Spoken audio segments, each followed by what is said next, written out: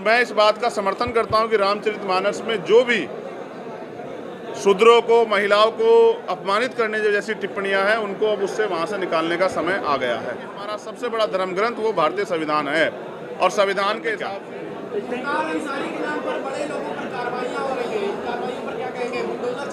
देखिए बीजेपी समय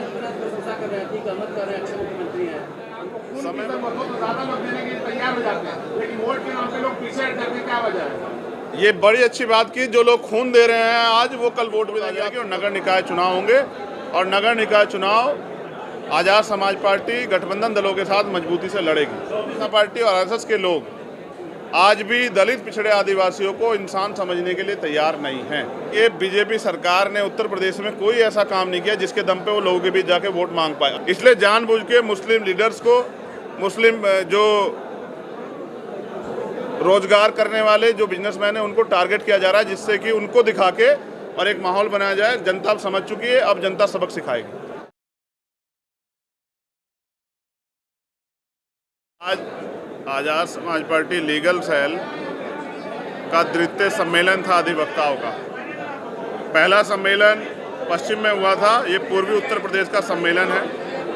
आज़ाद समाज पार्टी काशीराम अधिवक्ता सेल जो धीरे धीरे पूरे उत्तर प्रदेश के सभी जिलों में, सभी तहसीलों तक जिसका निर्माण हम लोग कर रहे हैं, आज उनका सम्मेलन और पूर्व में जो लोग, पूर्व के जो जिले हैं उनके अधिवक्ताओं का सम्मेलन जो है यहाँ मऊ में प्रस्तावित था, उसी में शामिल होने के लिए मैं आया हूँ। उनकी अधिवक्ताओं की कुछ मांगे हैं, जैसे अधिवक्ताओं को भी पेंशन का लाभ मिलना चाहिए, और एक जो सबसे बड़ी मांग जो दलित पिछड़े आदिवासी और अल्पसंख्यक जो वर्ग है उनके अंदर जिसकी बहुत लंबे समय झटपटाहट है, उनका ये मानना है और ये न्यायोचित मांग है कि अब कोलोजियम सिस्टम को ख़त्म करके all India judicial service commission बननी चाहिए और दलित पिछड़े आदिवासी और अल्पसंख्यकों को भी सुप्रीम कोर्ट और हाई कोर्ट में जज बनने का अवसर प्राप्त होना चाहिए। जब एक चपरासी से लेके एक आईएएस तक के लिए परीक्षा होती है तो जज बनने के लिए भी परीक्षा होनी चाहिए। ये जो द्वार बंद करके दलित पिछड़े आदिवासी अल्पसंख्यकों को रोका गया है, बहुत दिन से इस गुलामी को दलित पिछड़े आदिवासी अल्पसंख्यक सह रहे हैं, अब वो इसको सहना नहीं चाहते। अब वो चाहते हैं कि सुप्रीम कोर्ट, हाई कोर्ट में उनका प्रतिनिधित्व मिले। 2024 बहुत दूर है, अभी 2023 और नगर निकाय, नगर पालिका का चुनाव जल्दी आने वाला है। मुझे उम्मीद है कि जो सुप्रीम कोर्ट ने आदेश दिए थे कि जल्द से जल्द जो है ट्रिपल टेस्ट पास की जो रिपोर्ट वो आ जानी चाहिए, जिसको सरकार ने लापरवाही कारण जो चुनाव पीछे हटा, अब मुझे उम्मीद है कि मार्च के बाद अप्रैल तक वो रिपोर्ट आ जाएगी और नगर निकाय चुनाव होंगे और नगर निकाय चुनाव आज़ाद समाज पार्टी गठबंधन दलों के साथ मजबूती से लड़ेगी। जानबूझ के पिछड़े वर्ग के लोगों का प्रतिनिधित्व छीनने के लिए जो भारतीय जनता पार्टी की सरकार ने ट्रिपल टेस्ट की जो है आवश्यकता जो नीडेड थी वो पूरी नहीं की, उसके कारण ये चुनाव लंबे समय तक वापस ठहर गया है। अब उम्मीद है कि माननीय सर्वोच्च न्यायालय के आदेश पे चुनाव जल्द उत्तर प्रदेश में होगा। 24 की तैयारी ये है कि जैसे बिहार में जातिगत जनगणना हो रही है तो पूरे देश में जातिगत जनगणना होनी चाहिए। किस जाति कितनी संख्या, किस जाति का कितना प्रतिनिधित्व, सुप्रीम कोर्ट, हाई कोर्ट, यूनिवर्सिटियों में चांसलर, जो सेक्रेटरी, अंडर सेक्रेटरी हैं, किस जाति के कितने, सीबीआई, ईडी, इनकम टैक्स में दलित पिछड़े आदिवासी को मौका मिला नहीं मिला, इन सब जाति जानकारियों को अब साझा करने का समय आ गया है।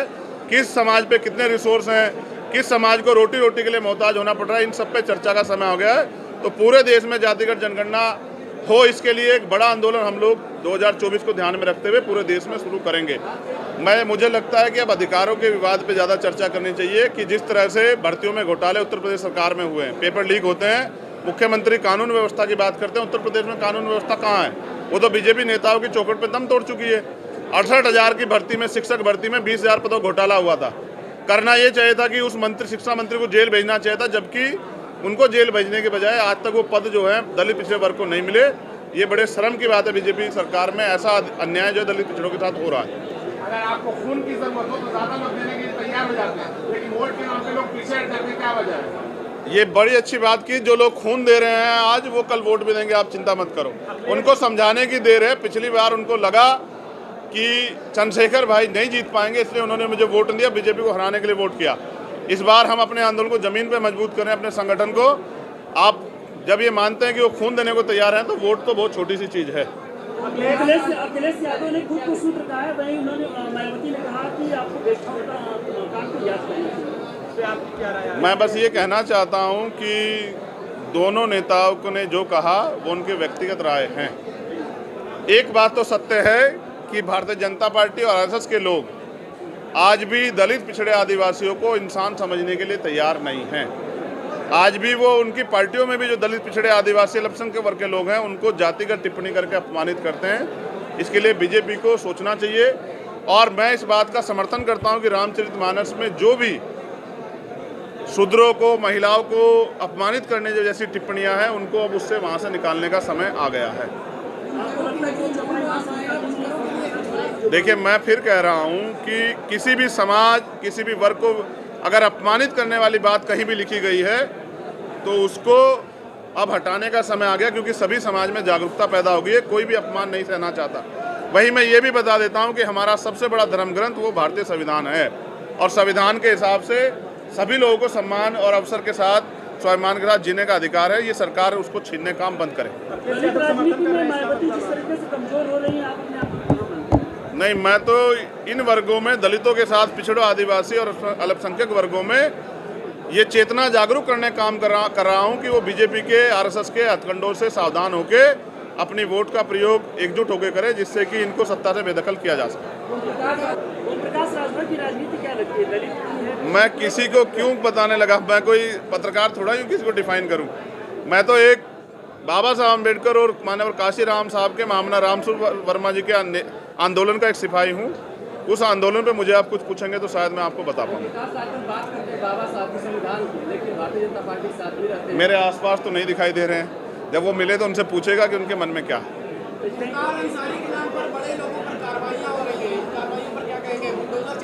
देखिए, बीजेपी सरकार ने उत्तर प्रदेश में कोई ऐसा काम नहीं किया जिसके दम पे वो लोगों के बीच जाके वोट मांग पाए। अभी नड्डा जी की और खुद मुख्यमंत्री उस सभा में थे, आपने देखा लोग नहीं थे। अब उनका एक ही उद्देश्य है, किस तरह से हिंदू मुसलमान का वो बना रहे। इसलिए जानबूझ के मुस्लिम लीडर्स को, मुस्लिम जो रोजगार करने वाले जो बिजनेसमैन हैं उनको टारगेट किया जा रहा है, जिससे कि उनको दिखा के और एक माहौल बनाया जाए। जनता अब समझ चुकी है, अब जनता सबक सिखाएगी। समय बड़ा बलवान होता है। जब कोई सत्ता में होता है उसकी प्रशंसा स्वयं कराई देता है। मैंने तो बहुत सारे अधिकारी भी प्रशंसा करते देखे।